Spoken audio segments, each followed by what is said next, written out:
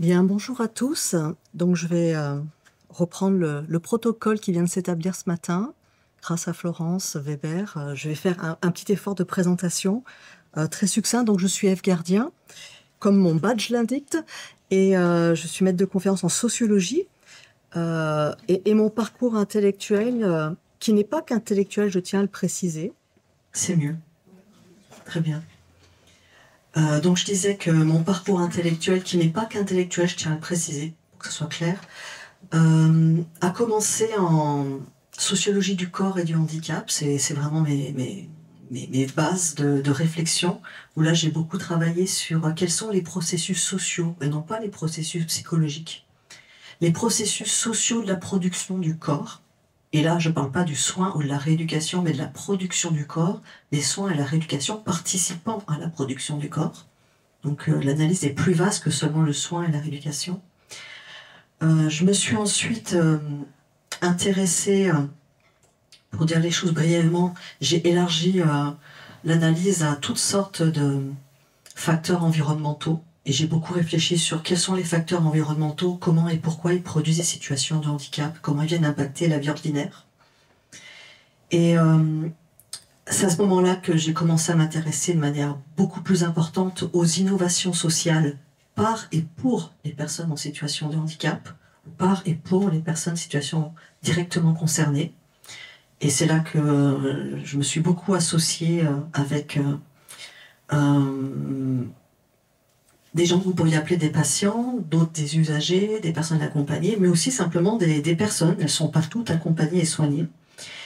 Et puis, en tout cas, qui vivent ces expériences. Et enfin, je dirais que là, aujourd'hui, j'ouvre vraiment une séquence de travaux sur la pérédance et les savoirs expérientiels rares. Et je vais expliquer la question de pourquoi je rajoute rare, parce que c'est un point important.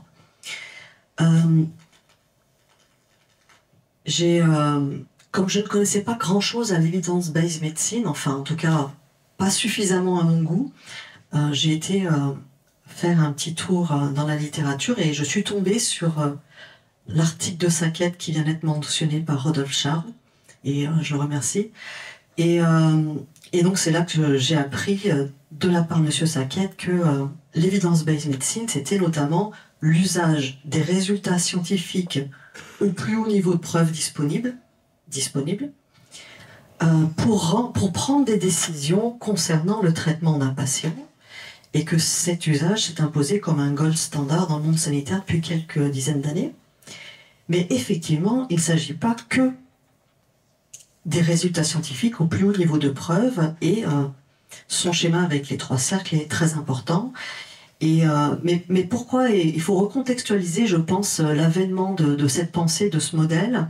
Je pense qu'il s'agissait notamment d'amener les praticiens médicaux à réactualiser leurs connaissances de façon régulière pour favoriser des soins de meilleure qualité. Il a été mentionné hier par l'un des intervenants que se pose la question de la formation continue, du temps qu'il est possible de dédier à la formation continue pour les médecins. 2 minutes par semaine, il a été annoncé. Je ne connais pas les chiffres, je fais confiance. Mais en tout cas, ce qui est sûr, c'est que le problème de cette formation continue et de cette réactualisation des connaissances était important. Et puis, pareillement, ce modèle qui demandait, donc il y avait cette exigence auprès des médecins de s'informer des résultats scientifiques, c'était évidemment aussi pour limiter le recours à des pratiques qui pouvaient être jugées douteuses ou dangereuses même. Et l'evidence-based medicine, c'était aussi un moyen de réguler ce qui peut être appelé du charlatanisme. Donc il y avait tout ça derrière l'evidence-based medicine, et donc je pense que de ce point de vue-là, le modèle, quand il a été conçu, l'intention qui était derrière est, je pense, plutôt louable, mais ça ne dit rien de comment il a été appliqué. Et que c'est peut-être là où il y a des difficultés dont on a beaucoup parlé hier, dans les applications. Et voilà, comment l'evidence-based medicine a été effectivement utilisée, par qui, pourquoi, avec quelles intentionnalités, dans quels projets, etc. Je voudrais pas être mal comprise. Donc j'ajoute tout de suite une précision dans le prolongement de nos conversations d'hier. Ne pas avoir d'effets prouvés ne signifie pas qu'il n'y a pas d'effet. Ça signifie qu'ils n'ont pas été prouvés. C'est pas la même chose. Et là, il y a d'autres questions qui s'ouvrent. Il y a au moins deux types de questions. Par exemple, est-ce qu'il n'y a pas d'effet, ou bien est-ce que c'est la méthode qui a été mobilisée pour les objectiver qui n'est pas pertinente ou pas suffisamment sensible? Les deux questions sont pertinentes. Donc c'est juste, ils n'ont pas été prouvés, ça ne dit pas s'il n'y en a pas du tout ou pas. On n'en sait rien. Et intellectuellement et scientifiquement, c'est comme ça qu'on devrait comprendre le résultat. Je reviens donc à mon propos parce que, central, de nombreux débats et polémiques ont accompagné la mise en œuvre et l'institutionnalisation de l'evidence-based medicine, et je crois que nos échanges d'hier nous permettent de vraiment comprendre pourquoi. J'ai donc eu la possibilité de lire cet article de Sackett, là, What is it and what is it not? Et j'ai aussi lu les réactions des collègues, toujours dans ce British Medical Journal, les réactions des collègues qui ont duré. Il y a eu des échanges avec Sackett en 1996, et qui montrent que le système pouvait paraître séduisant, mais très immédiatement, la pratique a semblé complexe. Comment appliquer l'evidence-based medicine de manière pertinente? Et donc il y a eu pas mal de questions et de critiques dès le départ, et il y avait notamment comment intégrer les connaissances scientifiques au plus haut niveau de preuve dans l'expertise clinique individuelle du praticien médical. Et celle-là, elle était très importante. Il y avait à peu près, semble-t-il, plutôt un consensus qui était établi sur le fait que c'était important d'intégrer ces meilleures connaissances scientifiques, ou ces connaissances scientifiques du plus haut niveau de preuve.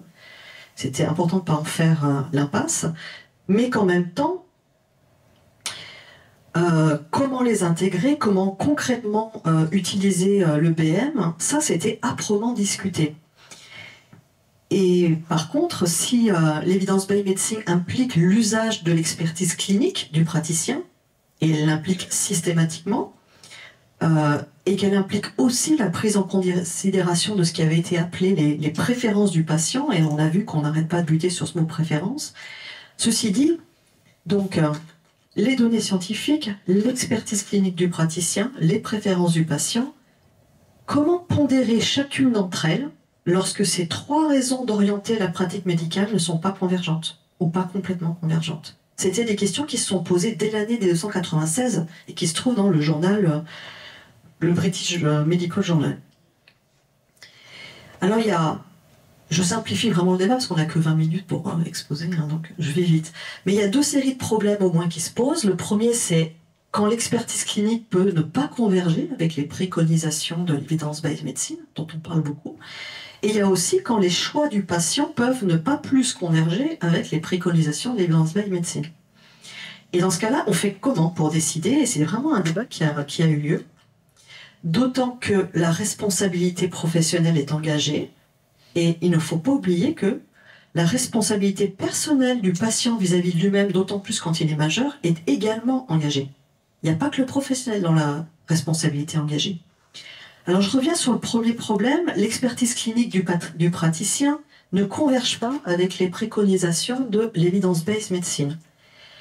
Sur quelle légitimité pourrait se fonder l'expertise clinique pour ne pas systématiquement appliquer les préconisations de l'evidence-based medicine? Ça, c'est notre grand débat depuis hier, c'est notre grande inquiétude.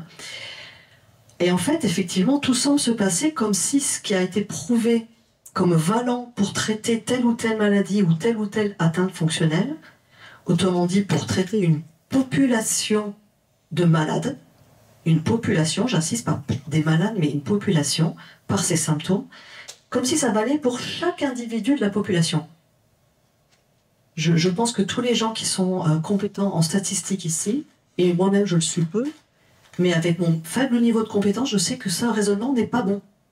Ce qui vaut pour une population ne vaut pas pour chaque individu de la population. Quand un individu, en réalité, on le sait, chacun d'entre nous, correspond à une infinité de variables.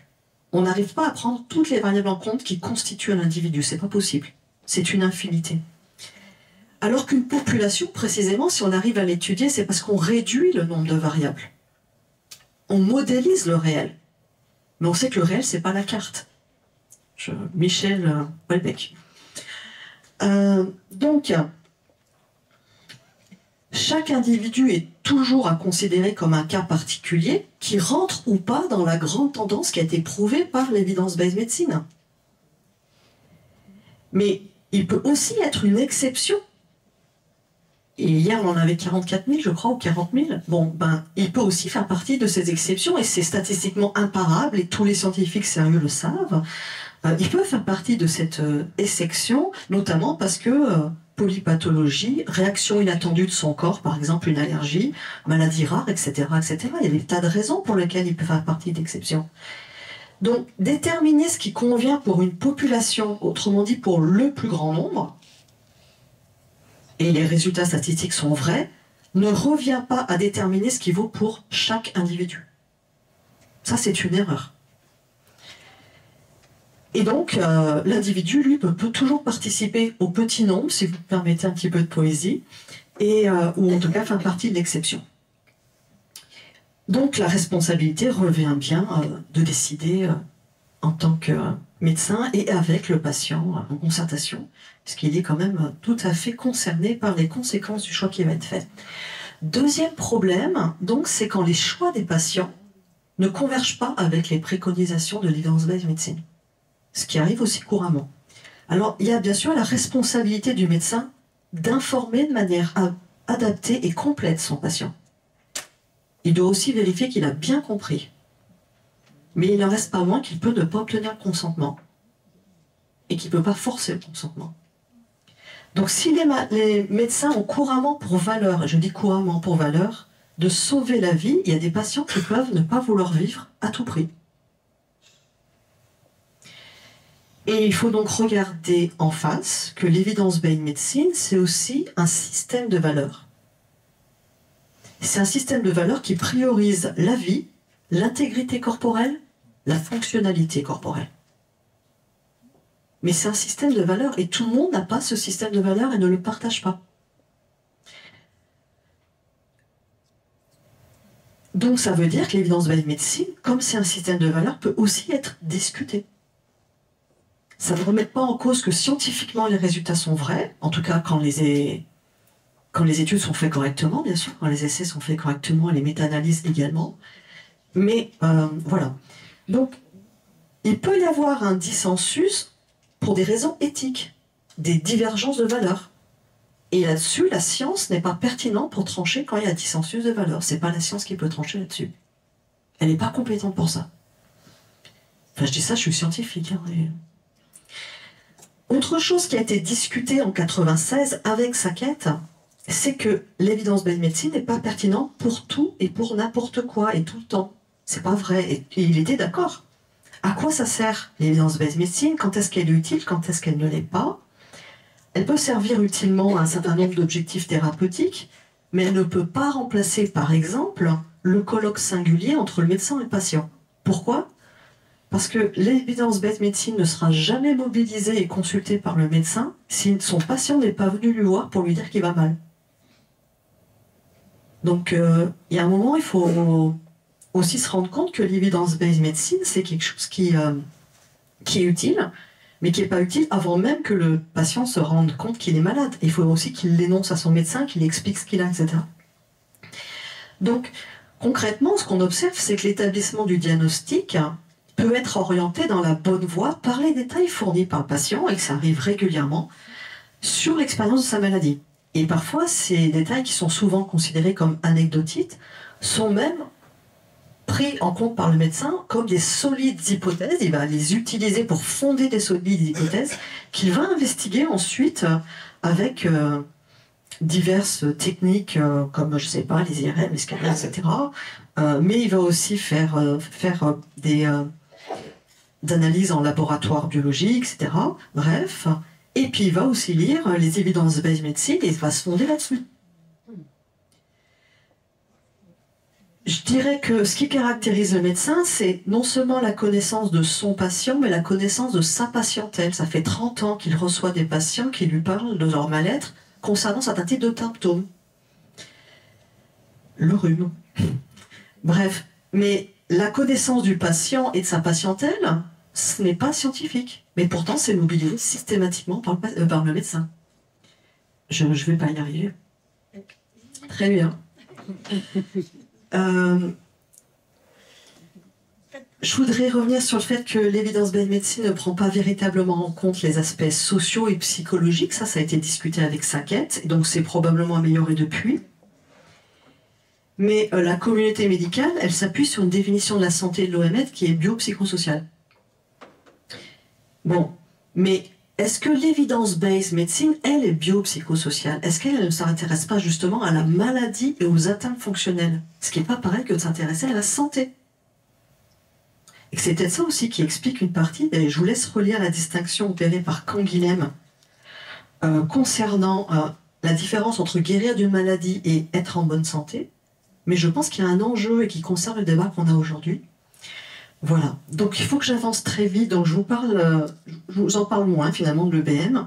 Et je vais passer à un deuxième temps de mon propos qui est, mais ceci dit, voilà. Donc l'evidence-based medicine n'implique pas de ne pas utiliser le sens clinique. Au contraire, elle suppose l'expertise clinique, elle suppose les préférences des patients. Mais est-ce qu'il faut s'en arrêter là? Et moi, j'aimerais aller plus loin. Je pense qu'il manque une part qui peut être apportée par le patient lui-même à la production des soins et qu'il s'agit de ce que moi j'ai l'habitude d'appeler les savoirs expérientiels rares, parce que le patient, lui, expérimente en première personne la maladie, les atteintes fonctionnelles dans sa vie ordinaire et que c'est le seul à pouvoir documenter véritablement ses effets pour une part. Alors je vais revenir sur 3 choses et j'ai bien compris qu'il fallait que j'aille très vite. J'ai mon minuteur et effectivement je suis en retard. D'abord je voudrais revenir sur un premier fait qu'il faut absolument appréhender, c'est que il y a des expériences rares, des expériences vécues par des patients, des personnes accompagnées, etc., qui ne sont pas vécues par les personnes qui les accompagnent ou les soignent, ou très peu. Là, je fais par exemple référence à une enquête que j'avais menée auprès des personnes blessées médulaires, donc qui vont faire leur vie en fauteuil suite à une lésion de la moelle épinière, et qui vivent toutes, maintenant, après 20 ans de recul sur l'enquête, je peux vous confirmer que ça fait 20 ans que ça se confirme, elles vivent toutes des expériences sensorielles dans la partie sous-lésionnelle, dont elles ne savent pas trop quoi faire, pour la raison que, il y a pas toujours des mots dans le dictionnaire. Donc s'il n'y a pas les mots pour penser, c'est quelque chose sur lequel il n'y a même pas de mots, vous imaginez la complication. Mais aussi parce que ces sensations, elles sont étranges, on ne sait pas à quoi elles correspondent, et puis il n'y a pas de...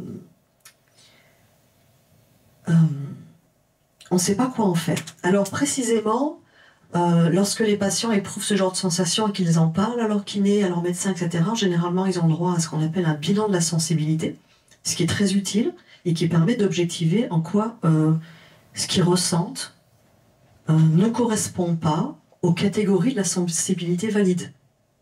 Mais ça ne veut pas dire que ça n'existe pas pour autant.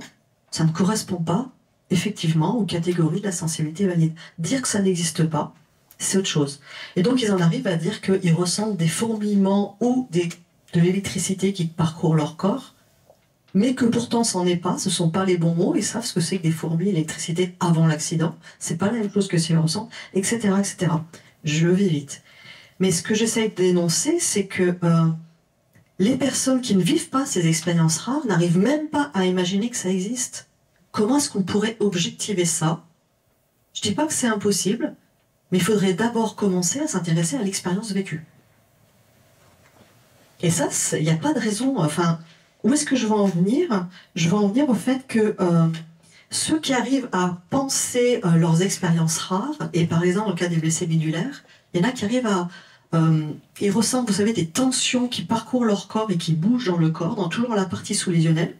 Et ces tensions, quand elles arrivent, ce qu'ils arrivent à décrire, c'est quand elles arrivent à une forme de maturité, c'est-à-dire qu'elles sont suffisamment intenses, d'une manière, j'aurais du mal à expliquer, je ne le vis pas, ils arrivent à déclencher la contracture. Mais en arrivant à déclencher sa contracture, et là je pense que tous les kinés sont informés du fait que ce que je raconte, c'est quand même, ça concerne un certain nombre de patients, c'est pas du tout l'exception qui confirme la règle, ils peuvent faire un mouvement, et que ce mouvement, ça peut être très utile. Il y en a un, par exemple, en faisant ça, il arrivait à bouger son bras gauche, il est tétra, vous avez compris, et quand il faisait ça, la nuit, il pouvait se retourner. Plus besoin d'être réveillé par une infirmière, la qualité du sommeil était bien meilleure. Donc pour lui, c'était très important. Mais pour arriver à sémantiser son expérience, à la mettre en signification, cette expérience rare, lui, il est arrivé à trouver ça. Parce qu'on n'arrête pas d'abord de dire que ça n'existe pas, que ça ne peut pas être pris en considération, enfin, etc., etc. Donc c'est très dur à penser, il n'y a pas les mots, etc., etc. J'ai pas le temps, je voudrais revenir sur autre chose. Lorsqu'il y a... j'ai 1 minute de retard, je vais en prendre 5. Un bref exemple. Il s'agit d'une personne que je connais, qui est trisomique 21, qui se réveille un matin, qui regarde son réveil justement et qui réalise qu'il est 10 heures alors qu'elle prend son poste au travail à 9 heures. Elle est complètement paniquée. Elle s'habille rapidement, elle engloutit son petit déjeuner, elle se précipite dans l'escalier, elle espère prendre le bus qui passe toutes les 30 minutes au bas de son immeuble. Et là, quand elle arrive et qu'elle ouvre la porte de l'immeuble, le bus est en train de passer et elle sait qu'il va s'écouler encore 30 minutes. Elle appelle son employeur qui lui insiste pour qu'elle vienne tout de suite. Elle a déjà plus d'1 heure en retard. Et que se passe-t-il ? Eh bien, elle décide d'y aller à pied. C'est à peu près à 15 minutes et elle l'a déjà fait avec son éducateur plusieurs fois. Elle pense qu'elle va être capable de le faire. Elle se lance dans l'aventure et il se trouve que, de manière inattendue, un chantier se dresse au beau milieu du chemin habituel. C'est-à-dire que c'est pas comme d'habitude. Elle est stressée, elle va absolument faire plaisir à son employeur et être à la hauteur de ce qu'on attend d'elle. Elle traverse le chantier. Dans ce chantier, malheureusement, elle va mettre le pied sur une planche sur laquelle il y a un clou rouillé et elle va s'enfoncer le clou rouillé dans le pied. Bref, elle va attraper le tétanos. Vous aviez compris la chute de l'histoire. Comment est-ce qu'on peut s'intéresser à l'analyse de cette histoire ? Comment est-ce qu'on peut expliquer que Victorine, elle a attrapé le tétanos ? Alors, probablement, le premier réflexe pour la plupart d'entre nous ici, c'est « mais pourquoi elle n'était pas vaccinée ?» Certes, c'est vrai, si elle avait été vaccinée, probablement qu'elle n'aurait pas eu le tétanos. Mais il faut aussi rajouter que s'il n'y avait pas eu le chantier, s'il n'y avait pas eu le clou rouillé, si elle n'avait pas été stressée, si elle avait été capable de régler son téléphone correctement, c'est-à-dire qu'elle a un téléphone adapté à ses compétences, et donc ça se règle avec de la couleur, et pas avec des chiffres. Si elle avait eu des semelles plus épaisses, etc., etc., on peut en rajouter, tout ça, ça ne serait pas arrivé. Il n'y a pas que la vaccination. Et qu'est-ce qui est intéressant à retenir là-dedans ? C'est qu'elle aurait pu apprendre à gérer la situation de stress et à gérer comment est-ce qu'on regarde au sol. Et peut-être qu'elle n'aurait pas eu le tétanos aussi. Alors, pour résumer, le réel est constitutivement complexe. Il n'y a jamais qu'une seule cause à un effet. Que l'absence de vaccination, c'est certes probablement pas une bonne idée, mais l'absence de vaccination, c'est, en tout cas l'utilisation de la vaccination, c'est un effet ciblé qui ne vise que le tétanos et qui concerne une population. Donc c'est une pensée en termes de population, la vaccination. C'est pas une pensée en termes d'individus qui, pour certains peut-être, sont pas à l'aise avec le vaccin, etc. Mais il y a d'autres causes comme surveiller le sol en marchant. Et eux, travailler sur ces causes-là, ça va avoir un impact sur beaucoup d'autres situations, comme ne pas marcher dans les déjections de nos amis canins, comme ne pas se tordre le pied dans un trou, comme ne pas se tremper les pieds et le jean dans une flaque d'eau, etc., etc. Donc c'est utile pour la vie ordinaire et ça règle d'autres problèmes. Donc suivant la définition du problème pour laquelle on opte, c'est-à-dire éradiquer le tétanos, et là c'est une pensée en termes de population, ou bien limiter les conséquences du fait de ne pas marcher en surveillant le sol, on ne va pas travailler sur les mêmes facteurs, mais on peut travailler dans les deux cas. Et qu'est-ce qu'on peut obtenir ? Ben simplement que les savoirs médicaux permettent de traiter la question du tétanos, mais que le tétanos peut être évité aussi autrement. Et donc, ce que je suis en train de dire, c'est que les savoirs scientifiques, les savoirs professionnels et les savoirs expérientiels des patients ou d'autres personnes, des citoyens, on va dire, sont tous utiles pour remédier à la situation des Victorine. Mais pas de la même manière. Parce qu'ils ne permettent pas la même chose. Donc ils ne sont pas en concurrence parce qu'ils ne permettent pas la même chose. Et peut-être que c'est utile d'apprendre à regarder où on met les pieds et de se vacciner. C'est pas l'un ou l'autre, les deux sont peut-être très bien. Donc je ne mets pas en concurrence les deux types de savoir, je dis juste qu'ils ne permettent pas de faire la même chose. Et qu'il y en a un qui concerne une population et qui concerne donc une gestion politique d'une population et l'autre qui concerne un individu. Et que donc c'est une autre façon de penser et de gérer. Dernier point, il y a des patients qui revendiquent des savoirs concernant leur vie avec la maladie ou avec les atteintes fonctionnelles, et ils n'ont pas tort. Et je constate que si on lit les recherches bibliographiques, enfin si on fait une recherche bibliographique sur la littérature scientifique qui s'intéresse à ces savoirs expérientiels rares, c'est exsangue, il n'y a quasi rien. Mais vraiment, moi pour l'instant, avec les articles en anglais, j'en suis à 4 ou 5. Et j'ai cherché au niveau... j'ai cherché large, je n'ai pas cherché qu'en France. Donc il n'y a vraiment pas grand-chose. Et pourtant, je reprends l'exemple des patients blessés médulaires, savoir comment ils utilisent leurs contractures, quelles sont les conditions biologiques pour pouvoir utiliser ces contractures, qu'est-ce qu'il faut être capable de ressentir, de repérer dans son corps, comment ça fonctionne, etc., etc. Qu'est-ce qui permettrait de ne pas utiliser ces contractures, à qui on peut apprendre, à qui on ne peut pas apprendre, etc., etc. Si ça, on pouvait l'objectiver formellement, le comprendre, etc., je pense qu'on pourrait améliorer la qualité de vie de beaucoup de personnes blessées médulaires. Et si en plus on pouvait randomiser, etc., un certain nombre de facteurs qui participent de ce process, je pense que ça pourrait être utile. Donc pour ma part, c'est pas savoir expérientiel contre savoir scientifique, ça serait bien qu'on articule les deux, ça serait l'option que je proposerais.